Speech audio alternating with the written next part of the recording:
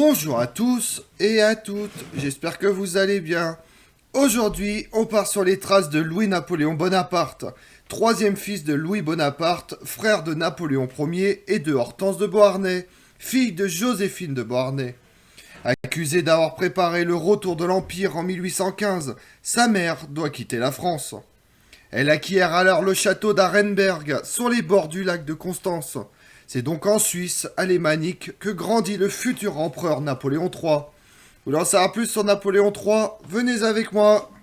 Napoléon III est né le 20 avril 1808 à Paris. Prénommé Charles-Louis Napoléon, il est le troisième fils de Louis Bonaparte, troisième frère de Napoléon Ier, et d'Hortense de Beauharnais, fille du premier mariage de l'impératrice Joséphine de Beauharnais. Le mariage arrangé de ses parents n'étant pas très heureux, son père Louis Bonaparte, roi de Hollande de 1806 à 1810, vit le plus souvent séparé de sa femme et de leur fils Napoléon Charles, né en 1802. Il meurt en 1807. Napoléon Louis, né en 1804, meurt en 1831. Et Charles-Louis Napoléon, que l'on appellera simplement Louis-Napoléon. Après la chute de l'Empire en 1815, les Bonaparte doivent quitter la France. La reine Hortense choisit de vivre en Suisse au château d'Arenberg de 1817 à 1826, puis en Italie à Rome.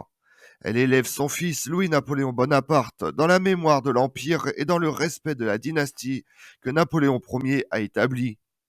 Qui sait, peut-être que les Bonaparte retrouveront le pouvoir en France? En Italie, Louis-Napoléon et son frère aîné Napoléon Louis se passionnent pour la politique. À cette époque, l'Italie n'est pas un pays unifié et le territoire italien regroupe plusieurs royaumes, dont certains dépendent de l'Autriche. Les deux frères Bonaparte participent à des complots organisés par des partisans de l'unité italienne. En 1831, ils se retrouvent encerclés à Forlì, au sud-est de Bologne, où se déclare une épidémie de rougeole. Cette maladie est très grave à l'époque. Louis-Napoléon se rétablit, mais Napoléon Louis en meurt en mars 1831. En juillet de l'année suivante, le fils de Napoléon Ier meurt en Autriche, pays natal de sa mère, l'impératrice Marie-Louise, où il fut élevé à partir de 1814. Mais ni son père Louis, ni son oncle Joseph ne veulent reprendre le titre. Louis-Napoléon Bonaparte devient l'héritier de la couronne impériale. Fort de sa formation militaire, il a écrit un manuel d'artillerie utilisé par l'armée suisse et du soutien des partisans bonapartistes. Louis-Napoléon Bonaparte tente deux fois de prendre le pouvoir par la force. Il échoue une première fois à Strasbourg le 30 octobre 1836 et est fait prisonnier. Louis-Philippe le libère de prison à la condition qu'il parte en exil aux États-Unis. En août 1837, Louis-Napoléon Bonaparte revient en Suisse pour voir sa mère, la reine Hortense, mourir quelques mois plus tard, en octobre. Loin de retourner aux États-Unis, il s'installe en Angleterre, à Londres, en mars 1840. Louis-Philippe accepte que le corps de Napoléon Ier, mort en 1821 en exil à Sainte-Hélène, soit ramené en France pour être enterré à Paris sous le dôme des Invalides. La cérémonie a lieu le 15 décembre 1840. Louis-Napoléon Bonaparte pense que c'est le bon moment pour essayer de prendre le pouvoir. Il débarque à Boulogne-sur-Mer dans la nuit du 5 au 6 août 1840. Mais encore une fois, c'est un échec. Il est condamné à la prison à perpétuité et emprisonné à la forteresse de Ham dans la Somme. Emprisonné, mais libre de lire, étudier, recevoir des visites, Louis-Napoléon Bonaparte vit dans un véritable petit appartement. Son université de Ham, comme il l'appelle. Il y écrit un livre important, un manifeste politique contre la pauvreté du monde ouvrier, l'extinction du paupérisme. Mais Louis-Napoléon Bonaparte s'évade le 25 mai 1846 et son évasion ressemble à un vrai roman. Il profite de travaux de rénovation dans sa cellule pour s'enfuir. Il se déguise en ouvrier et franchit les portes de la prison en portant une grande planche sur son épaule pour cacher son visage. Louis-Napoléon Bonaparte se réfugie à Londres. En juillet 1846, son père, Louis Bonaparte, meurt en Italie, à Livourne. En 1848, une révolution fait tomber la monarchie de Juillet. La Deuxième République est établie, avec à sa tête un président de la République qui doit être élu au suffrage universel masculin. Seuls les hommes de plus de 21 ans peuvent voter, mais sans condition de ressources. Le président gouverne avec l'aide d'un conseil des ministres et une assemblée nationale législative discute et vote les lois. Soutenu par le parti de l'ordre, Louis-Napoléon Bonaparte se présente et le 10 décembre 1848, il remporte les élections avec 74% des voix. Il devient président de la République pour un seul mandat de 4 ans. En 1851, il souhaite changer la Constitution pour pouvoir se présenter à nouveau, mais l'Assemblée législative refuse. De plus, il n'approuve pas la loi du 31 mai 1850 qui limite le suffrage universel masculin. Louis-Napoléon décide d'organiser un coup d'État et choisit la date du 2 décembre 1851. C'est une date symbolique et importante. Le 2 décembre 1804, son oncle Napoléon Ier avait été sacré empereur, puis un an plus tard, le 2 décembre 1805, remporte la bataille d'Austerlitz. Le matin du 2 décembre 1851, Louis-Napoléon Bonaparte proclame la dissolution de l'Assemblée nationale, le rétablissement du suffrage universel masculin et annonce de nouvelles élections. Il a demandé à l'armée d'occuper Paris afin d'empêcher toute opposition. Des Parisiens se révoltent et dressent des barricades. Mais l'opposition est bien plus grande en province. Plusieurs milliers de personnes sont arrêtées et beaucoup sont envoyés en Algérie ou en Guyane. Beaucoup seront graciés l'année suivante. Les 20 et 21 décembre 1851, Louis-Napoléon Bonaparte demande aux Français s'ils approuvent son coup d'État lors d'un plébiscite. Les électeurs doivent répondre par oui ou par non à une question. 76% des votants acceptent le coup d'État et confirment ainsi Louis-Napoléon Bonaparte au pouvoir. En janvier 1852, une nouvelle constitution donne le pouvoir pour 10 ans au prince-président. Depuis décembre 1848, Louis-Napoléon Bonaparte loge au palais de l'Élysée, qu'il quitte en janvier 1852 pour s'installer au palais des Tuileries. Un an plus tard, les 21 et 22 novembre 1852, le prince-président demande aux Français d'accepter le retour du régime impérial. Ce sera alors le Second Empire. Avec un nouveau plébiscite favorable, Louis-Napoléon Bonaparte devient l'empereur Napoléon III le 2 décembre 1852. Pourquoi prend-il le nom de Napoléon III alors que seul son oncle Napoléon Ier a vraiment régné sur la France? Après sa défaite à Waterloo le 18 juin 1815, Napoléon Ier a abdiqué le 22 juin en faveur de son jeune fils qui devient Napoléon II. Mais ce dernier n'est jamais vraiment reconnu et le régime impérial est remplacé par le régime monarchique de la Restauration de Louis XVIII. Le 30 janvier 1853, Napoléon III épouse Eugénie de Guzman y Palafox, comtesse de Teba, d'origine espagnole. Le 16 mars 1856, naît leur fils unique, le prince impérial, dit Napoléon Louis Bonaparte. Napoléon III gouverne avec l'aide d'un gouvernement constitué de ministres qu'il choisit librement. L'Assemblée des députés s'appelle le corps législatif. Les députés élus pour 6 ans se réunissent une fois par an pendant 3 mois. Ils étudient les lois proposées. Ils peuvent les rejeter, mais pas en proposer de nouvelles. Le Sénat réunit 150 sénateurs nommés à vie et le plus souvent choisis par l'empereur. Enfin, le Conseil d'État rassemble des hauts magistrats choisis par l'empereur pour étudier des nouvelles lois. Mais leur avis n'est que consultatif. Jusqu'en 1860, cette première période de son règne est la plus souvent appelée l'Empire autoritaire. Les députés du corps législatif sont majoritairement favorables à l'empereur. L'opposition républicaine ou monarchiste n'a pas beaucoup de moyens pour se faire entendre, car la presse est censurée. À partir de 1860, Napoléon III gouverne de manière plus ouverte. C'est le temps de l'Empire libéral. Le corps législatif peut proposer de nouvelles lois, demander au gouvernement de justifier ses choix politiques, et des comptes rendus de discussion peuvent paraître dans les journaux. La censure est moins forte. De nouveaux journaux, parfois opposés au régime, sont créés et la liberté de réunion est rétablie.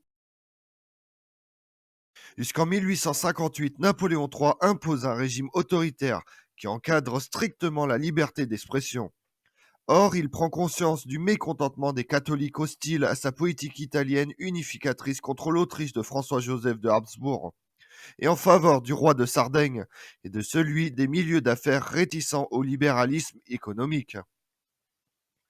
Des complots pour renverser le régime impérial s'organisent et des attentats menacent la vie de Napoléon III. Le plus meurtrier se produit le 14 janvier 1858. Le républicain italien Felice Orsini et 3 complices lancent 3 bombes contre la calèche impériale alors que Napoléon III et l'impératrice Eugénie se rendent à l'opéra. L'attentat fait 12 morts et 144 blessés. Orsini est arrêté et condamné à mort. Avant son exécution, il écrit à Napoléon III pour le convaincre de soutenir l'instauration d'une république italienne. Napoléon III s'est toujours intéressé aux questions sociales, à la pauvreté et au chômage, à l'éducation, à l'économie. Devenu empereur, il crée les retraites pour les fonctionnaires, favorise les sociétés de secours mutuels ou encore le logement populaire, et autorise le droit de grève en 1864. Avec son ministre de l'Éducation Victor Dourieux, il rend l'enseignement primaire obligatoire et gratuit, et ouvre l'enseignement secondaire aux filles. Il se préoccupe de l'essor de l'agriculture, de l'industrie et du commerce, en encourageant la création des banques comme le Crédit Lyonnais ou la Société Générale, qui existent toujours de nos jours. Napoléon III favorise le développement du chemin de fer, ce qui permet le transport des matières premières pour les usines, celui des marchandises et des personnes plus rapidement. Comme il a vécu longtemps en Suisse, en Angleterre, en Allemagne et aux États-Unis, il s'intéresse beaucoup aux relations économiques et politiques entre les pays. Il encourage le commerce en signant en 1860 avec l'Angleterre un traité de commerce de libre-échange. Ces 2 pays acceptent la circulation des matières premières et des produits sans payer de taxes. Napoléon III engage aussi de grands travaux pour améliorer la vie dans les villes. Avec le baron Haussmann, préfet de la Seine, l'empereur transforme Paris qui a 2 millions d'habitants. De grands boulevards sont percés, de somptueux immeubles sont construits, tous sur le même modèle. Il souhaite aussi que des logements soient construits pour les ouvriers et leurs familles, et des jardins publics sont ouverts pour tous et gratuitement. Napoléon III mène plusieurs campagnes militaires. Dans la guerre de Crimée 1854-1856, la France, alliée à la Grande-Bretagne et à l'Empire ottoman contre la Russie, remporte une victoire qui lui redonne une place importante en Europe. En Italie, Napoléon III soutient les efforts de Victor Emmanuel II, roi de Piémont-Sardaigne, pour unifier l'Italie. Les armées françaises battent les Autrichiens à Magenta le 4 juin 1859 et à Solferino le 24 juin 1859. En échange de son aide, la France reçoit la Savoie et le comté de Nice en mars 1860. D'autres opérations sont moins réussies. Entre 1861 et 1867, Napoléon III tente de conquérir le Mexique pour y installer un régime qui serait favorable à la France et l'aiderait à développer son commerce sur le continent américain. Mais c'est un échec. L'empire colonial continue de s'agrandir néanmoins, avec Napoléon III en Nouvelle-Calédonie 1853, en Afrique, Sénégal, création du port de Dakar en 1857, Gabon 1862. En Asie, lors de la campagne de Cochinchine, aujourd'hui le Vietnam 1858-1862. Protectorat français au Cambodge 1863-1949. Après une conquête débutée en 1830 sous Charles X, l'Algérie est annexée en 1848 et partagée en 3 provinces devenues départements français, Oran, Alger et Constantine. La Kabylie est conquise en 1857. C'est alors qu'éclate la guerre franco-allemande voulue par le chancelier Otto von Bismarck. Le 19 juillet 1870, la France déclare la guerre à la Prusse, qui tente depuis quelques années de regrouper les États allemands en un empire allemand unifié. Napoléon III, malade, est à la tête d'une armée française mal préparée et les défaites s'enchaînent. Le 1er septembre 1870, les Prussiens remportent la victoire de Sedan et font prisonnier Napoléon III. À Paris, la Troisième République remplace le Second Empire le 4 septembre. L'empereur est envoyé en Westphalie, où il reste jusqu'en mars 1871. Il est autorisé ensuite à se rendre en Angleterre, où il vit dans une petite maison de campagne près de Londres avec sa femme et son fils. Napoléon III meurt le 9 janvier 1873 après une opération ratée. En 1881, l'impératrice Eugénie érige une abbaye à 50 km au sud de Londres, afin d'accueillir plus noblement les dépouilles de Napoléon III et du prince impérial mort contre les Zoulous en 1879. L'impératrice y sera aussi enterrée lors de sa mort en 1920. L'abbaye Saint-Michel abrite toujours des moines bénédictins. L'abbaye et la crypte impériale peuvent se visiter. Comme on l'a vu, Charles-Louis-Napoléon Bonaparte est un monarque et un homme d'État français. Il est à la fois l'unique président de la Deuxième République, le premier chef d'État français élu au suffrage universel masculin le 10 décembre 1848, le premier président de la République française et après la proclamation de l'Empire le 2 décembre 1852, le dernier monarque du pays sous le nom de Napoléon III, empereur des Français. Je vous remercie d'avoir suivi cette vidéo en ma compagnie. Si vous voulez connaître mes autres vidéos, retrouvez-moi chaque matin à partir de 6h45 sur ma chaîne YouTube Tout sur l'Histoire avec Damien, mais également sur les réseaux sociaux, Twitter et Instagram, Histoire Damien. Et pensez à liker, commenter et vous abonner. Je vous remercie à tous.